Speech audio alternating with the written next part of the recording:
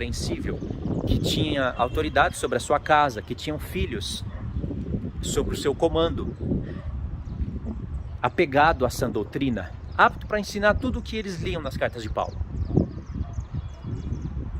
Que não fosse posto as mãos precipitadamente na cabeça de outros homens. Então Paulo lutou para estabelecer isso. Não vale a pena você lutar para resgatar isso? Irmãos, isso é uma coisa grandiosa da parte do Senhor. Muitos não reconhecem. Muitos chegam a ranger os dentes quando eles começam a ver você reprovar as obras das suas congregações. Mas eles, coceira nos ouvidos, não suportam ouvir a sã doutrina. Sabe, é o ponto mesmo que se não fosse pela misericórdia de Cristo, essas pessoas iriam te matar. É que não é o tempo ainda. Mas vai chegar o tempo em que essas pessoas vão querer te matar, assim como Calvino matava os seus que não queria dar ouvidos a ele, que achavam absurdo. Calvino mandava queimar, matar, assassino. Tem pessoas que obedecem escrito desse assassino. Ele já é um assassino de almas pela própria doutrina. Mas não, ele matava literalmente. As pessoas lutam para encobrir isso daí. Mas não, tem relatos, está escrito. Então, irmãos, se Deus vê você se desgastando, se esforçando para entender e querendo resgatar isso, Deus vê isso com bons olhos. Isso é bom aos olhos do Senhor. E claro, você vai ter que trabalhar, você vai ter que se esforçar, porque não vai ser fácil. Veja bem, Cristo veio nessa terra, e isso está em Efésios 4. Você vê que Paulo fala que pela morte e ressurreição do Senhor Jesus, ele levou cativo o cativeiro e deu dons aos homens. Ou seja, pela sua morte e ressurreição, ele venceu o pecado, a morte. Lá em Apocalipse 1, ele se apresenta com as chaves da morte do Sheol. Então ele liberta a gente, porque o que prende os homens é o pecado. Tirou o nosso cativeiro, levou com ele, está na mão dele, ele levou cativo aquilo que nos aprisionava. O pecado está preso nele, tá? Ele está com a chave. A chave do Sheol e a chave da morte é a chave de libertar a gente dos nossos pecados. Levou cativo o cativeiro e deu dons aos homens. Deu presentes para a igreja fazer o mesmo. Tanto é que ele até antecipa a ressurreição no sentido espiritual do assunto. No sentido de que se você está em Cristo, você pode se considerar uma pessoa que ressuscitou dos mortos. Ainda que isso vai acontecer literalmente. Em Colossenses 3, Paulo fala desse assunto. Em Efésios 2 também. Mas em Colossenses 3, no que diz respeito a ter vida de ressurreição, mesmo aqui na carne, ele fala que se você já ressuscitou com Cristo, é para pensar nas coisas do alto e não nas de baixo. É para buscar as coisas que são do céu e não as da terra.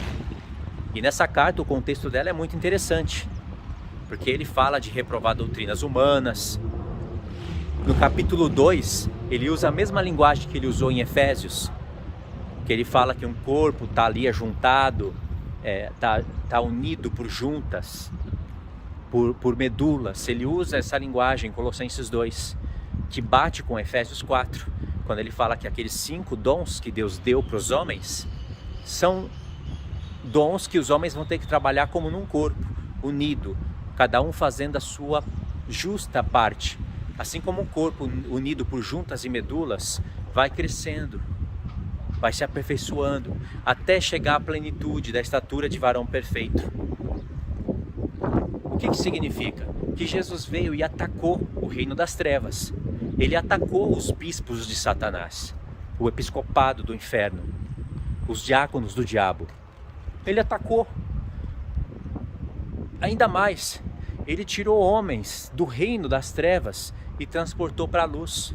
Está em Colossenses, está em Efésios. Você acha que o diabo ia ficar parado? Ele irritou o diabo, ele provocou. Ele catou o que pertencia ao diabo e converteu para ele. E fez desses homens que eram das trevas, colocou até episcopos, supervisor geral do reino da luz. Você acha que o diabo ia ficar parado? Não ia. E Deus não ia impedir o diabo de agir nisso, porque é uma luta do bem contra o mal. E nesse processo de luta contra a luz e trevas, é onde Deus prova os corações dos homens. Satanás haveria de atacar também o episcopado de Cristo. Porque se ele ataca o episcopado, se ele começa a criar muitas religiões, muitas coisas do inferno, e os homens começam a dormir, lembra do sono das 10 virgens? Então, quando os homens dormem, ele vem e planta o joio. O joio é bem parecido com o trigo. Aí vem os falsos profetas, que Paulo profetizou que haveria de vir. Jesus falou, Pedro falou, outros apóstolos falaram. O Satanás iria atacar o episcopado de Cristo, atacar aqueles dons. E aí homens não iriam estar mais aptos para ensinar as revelações do apóstolo Paulo. Entende? Mas quem começou com tudo isso daí foi o diabo. Foi o diabo que primeiramente atacou o reino da luz. Mas Deus não impediu nada de acontecer, porque ele tinha um plano maior para desenvolver. Ele queria provar os corações dos seus próprios anjos. Então, bom, eu já falei disso em vídeos passados, né? É um assunto profundo que não dá para entrar nele agora. Mas Deus, ele é justo em tudo. E se ele vê você tentando resgatar, entendendo tudo isso, já é uma coisa boa, e tentando resgatar aquilo que ele deu para o apóstolo Paulo estabelecer para a igreja com tanto sofrimento, isso é bom aos olhos do Senhor. E muitas coisas que são boas aos olhos do Senhor vai ser mal aos olhos daqueles que não temem o Senhor, dos religiosos, das pessoas que querem que tudo continue como está, das pessoas que quando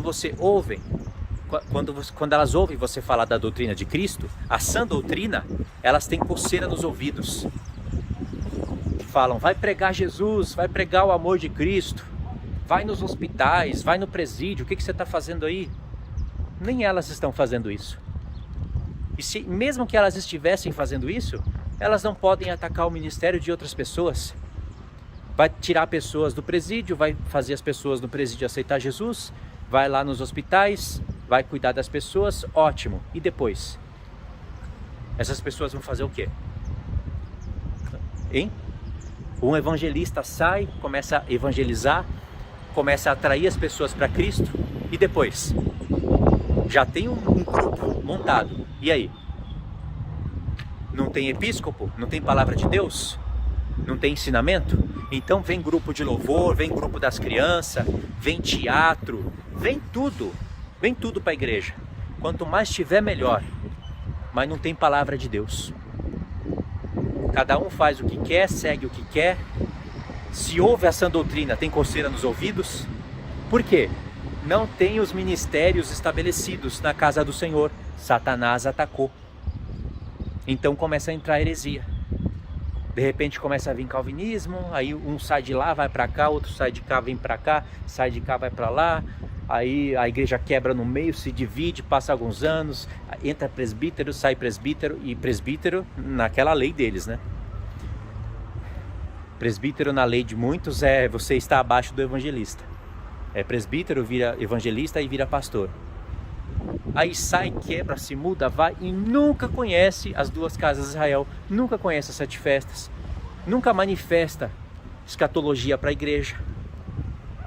No lugar disso, músicas, louvores, teatros, tudo isso. E aí?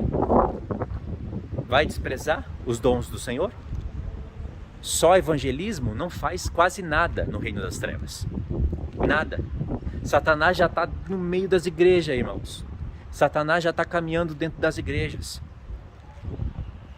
Ou seja, você tem que conseguir entender qual é a boa e perfeita vontade do Senhor, como diz Romanos 12, pela renovação da sua mente. Não se conforma com esse mundo, renova ele. As igrejas estão aonde? Nesse mundo, conformadas com esse mundo, imitam as coisas do mundo dentro das igrejas, fazem as coisas como se fosse palavra de Deus, e quando tem palavra de Deus não aceitam. Tem pessoas que não querem ouvir, não querem obedecer. Elas querem vir no canal de alguém e ouvir palavra boa, ouvir um carinho. Por isso que tem pastores que têm canais de 6 milhões, 8 milhões. Antônio Júnior, pré-tribulacionista, só faz carinho na cabeça dos desobedientes e de pessoas que nunca querem aprender a sã doutrina. 8 milhões. O que vale um canal daquele ali para a santificação da vida cristã? Zero. Não vale nada. Por isso o vídeo bonitinho, organizadinho, não tem palavra de Deus. É sempre pessoas vivendo no lixo dos seus pecados, sendo confortadas.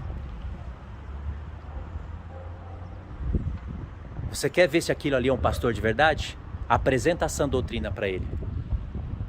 Eu duvido. Como eu queria apresentar ali, frente a frente, a doutrina das duas casas. Você ia ver ele rejeitar vez após vez. Festas, isso é judaica. Cristo rasgou o véu. No dízimo ele iria concordar, né? Porque ele não prega o dízimo, mas também não entende a parte espiritual. 8 milhões de inscritos. Isso eu estou falando do maior canal, talvez evangélico. Aí tem pastores semelhantes. Apresenta a sã doutrina. Lamartine Pozella. Apresenta para ele. Pergunta para ele, onde está o episcopado na sua igreja? Não estou reprovando tudo que ele faz, não. Mas apresenta para ele as coisas que estão na Bíblia. Ele vai reprovar quase tudo. Lamartine Pozella. E aí vai. Eu duvido Luciano Subirá reconhecer essas coisas. Primeiro, que seria muito difícil você ter um encontro para falar disso para ele. Segundo, seria mais difícil ainda ele aceitar. Ele teria que mudar a liturgia dos cultos, aceitar a palavra de Deus. Ele mesmo teria que estudar. Não iria aceitar. E aí? Aí vem a pergunta do vídeo anterior. Como vai resgatar o presbitério? As coisas que parecem impossível para nós, é possível para Deus. Basta você ter fé, acreditar e agir. Ele vai, uma hora ou outra, ele vai despertar um pastor desse. Tomara que ele desperte. Mas tem que despertar mesmo. Uma hora ou outra ele desperta alguém. Mas não começa lá dentro. Começa aqui fora. A prova é essa. A prova é que você não vê dentro dessas igrejas, por mais bonitinha, legal que ela seja, você não vê a palavra de Deus sendo ensinada corretamente. Você vê ali uma porção da palavra de Deus sendo ensinada. Então, veja bem, esses homens, muitos deles, eles não trabalham. Eles vivem de dízimo, o que já está errado. Já está errado porque dízimo não é dinheiro. Não estou dizendo que eles têm que trabalhar, porque a palavra de Deus fala de uma pessoa que se trabalha na obra, as pessoas têm que ajudar, sim, cuida de outras pessoas. Não é muito você cooperar com a pessoa. Mas e aí, o que eles estão fazendo com o tempo que eles têm? Tudo bem, eles não têm tempo para estudar tanto a palavra, porque eles fazem visita, eles têm ministérios, eles vão fazer outras coisas lá com a igreja. Mas e aí, eles aceitam mestres na igreja? Eles aceitam? Cadê o episcopo? Cadê o bispo? Quem é o bispo da igreja deles? Não tem. Eles não aceitam outros dons, porque a prova disso é que a palavra de Deus não é restaurada lá. Essa questão de judeus e de gentios, as duas casas de Israel, as 7 festas, isso é palavra de Deus. Quando que o povo vai acordar para entender que isso é palavra de Deus e que isso muda a visão escatológica, muda a sua prática de vida se você estudar corretamente? Tem gente que conheceu isso, achou bonito, mas passou. Fica fazendo vídeo sensacionalista, vídeo para chamar inscrito. Isso vai ser ensinado até o fim. Judeus e gentios estão unidos? Não estão. O que mais você vê aí no YouTube é guerra de judaísmo contra cristianismo. E às vezes é necessário ter mesmo, porque se o cristianismo não ensina a palavra de Deus corretamente, não ensina o que é lei, o que é graça corretamente, aí vem o judaísmo e começa a distorcer as coisas para o lado judaizante. Vai ter o ponto bom, sim, que eles vão ensinar, vai ter coisa boa, mas ainda não está correto. Não está correto porque vocês vão ver que eles não praticam muitas coisas que estão escritas. Pelo contrário, fica querendo judaizar pessoas. Então, judeus e gentios não estão unidos. Como é que você vai unir? Fazendo o que Paulo fazia, ensinando o que Paulo ensinava. Como Paulo ensinava. O que está escrito nas cartas, ali já tem base suficiente para você ensinar a doutrina, formular toda a doutrina. Mas o que está escrito não foi só o que Paulo falou. Paulo passou 1 ano e meio em Coríntios, 3 anos em Éfeso. Paulo ensinava, como você vê no canal, sabe? Desde Abraão, toda a profecia, todos os detalhes, ele ensinava isso. Por isso que ele pode falar de maneira resumida nas cartas, sabendo que ele tinha que resumir mesmo, né? Não tem como ele escrever um livro ensinando a doutrina. Nem era vontade do Espírito do Senhor fazer isso. Mas está ali já os sinais, os textos, as referências. Entendeu? Ou seja, Satanás, o diabo, o sedutor do mundo inteiro, ele está atacando o episcopado de Cristo. Já vem atacando há muito tempo, levantando falsas religiões, levantando falsos ensinos. E por que ele consegue fazer isso? Porque está na temporada do sono das 10 virgens. Muitas estão dormindo, graças a Deus, com azeite, mas muitas outras sem azeite. Então ele vai atacando. Irmãos, quando os homens dormem, o inimigo vem e planta joio. Joio é falso profeta. Essa questão de trigo e de joio não começou no Novo Testamento, já está em Jeremias. O Senhor está falando dos falsos profetas lá para Jeremias e pergunta: o que tem o trigo com a palha? E isso é quando os homens dormem. Essa é a prova de que essas igrejas, por mais que elas estão falando de Jesus, estão dormindo. Mas tem pessoas que estão dormindo com azeite. Aí eu pergunto, a igreja está pronta para ser arrebatada agora? Não está. Como que o Senhor Jesus vai arrebatar uma igreja? Como Paulo disse lá, ele estava preparando a igreja para apresentá-la para Cristo como uma só mulher a um marido, sem mácula, sem ruga. A igreja hoje está cheia de ruga, parece uma velha. Cristo vai arrebatar uma igreja que nem sequer conhece as 2 casas, ou com o episcopado caído. Ele vai arrebatar o que agora? Não tem o que ele arrebatar agora, irmãos. Isso já prova que a doutrina do arrebatamento secreto, pré-tribulacionismo, é doutrina do diabo. E ele faz como se fosse doutrina de Cristo. Porque ele tem ministros dele transfigurados em ministros de Cristo, transformados. Isso só é possível se a pessoa falar de Jesus, falar do amor, do Espírito Santo, mas sempre ensinando uma doutrina que vai levar as pessoas para a perdição no momento exato. Deus me deu sabedoria para entender isso. Antes eu tinha medo de falar. Não, essa doutrina, no tempo correto, ela vai levar um monte de pessoa para o Sheol. E Deus vai cobrar o sangue dessas almas, das mãos e da boca, de todos aqueles que gastaram o seu tempo escrevendo livro, vendendo seus livros, teimando. Deus está vendo. Deus está vendo tudo. E aí eu pergunto, vai arrebatar o quê? Você estaria pronto para ser arrebatado hoje? Fala a verdade. Você pode dizer, mas e mês passado? Tava mês passado não, ainda bem que não foi mês passado. E semana que vem? E você não pode pensar só em você. Tem pessoas que Deus quer salvar também. Então, irmãos, se você não olhar para essas igrejas e não ver um ministério caído, e não ver Satanás atacando, os ministérios, tirando o episcopado de Cristo como vingança, e não ter vontade de fazer alguma coisa, você está dormindo. Precisa acordar.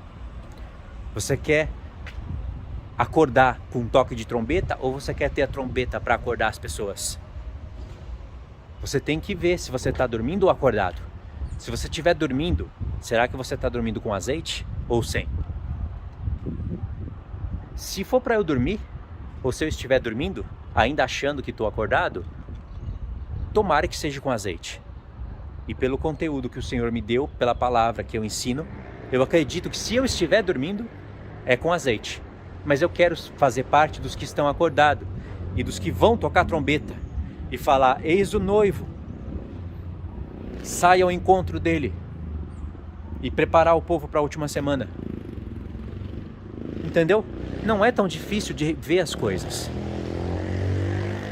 Mas é isso daí, irmãos. Muito obrigado então por ter assistido até aqui. Vocês entenderam o objetivo do vídeo?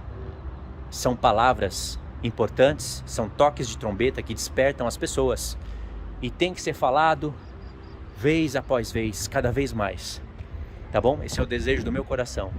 Que as pessoas acordem de fato e olhem. Não se conforme com este mundo. Não se conforme com essas igrejas e com essas pessoas que se dizem ser pastores, que se dizem ser bispos. Não se conforma com isso. Antes, seja o exemplo. Vai, ensina. Não quer te ouvir? Vai para outro lugar. Mas não para de ensinar. Porque Deus vai movimentar as coisas. Ele vai fazer coisas que a gente acha que Ele não vai fazer. Eu não posso fazer mais do que eu estou fazendo agora. Não tem como. Mas uma hora ou outra Ele me tira daqui e me coloca para fazer coisas maiores. Vai depender da vontade dEle e do meu esforço. Se você for fiel no pouco, Ele te coloca no muito. Tá bom? Então é isso daí, irmãos. Deus abençoe. Muito obrigado. Fiquem todos na paz.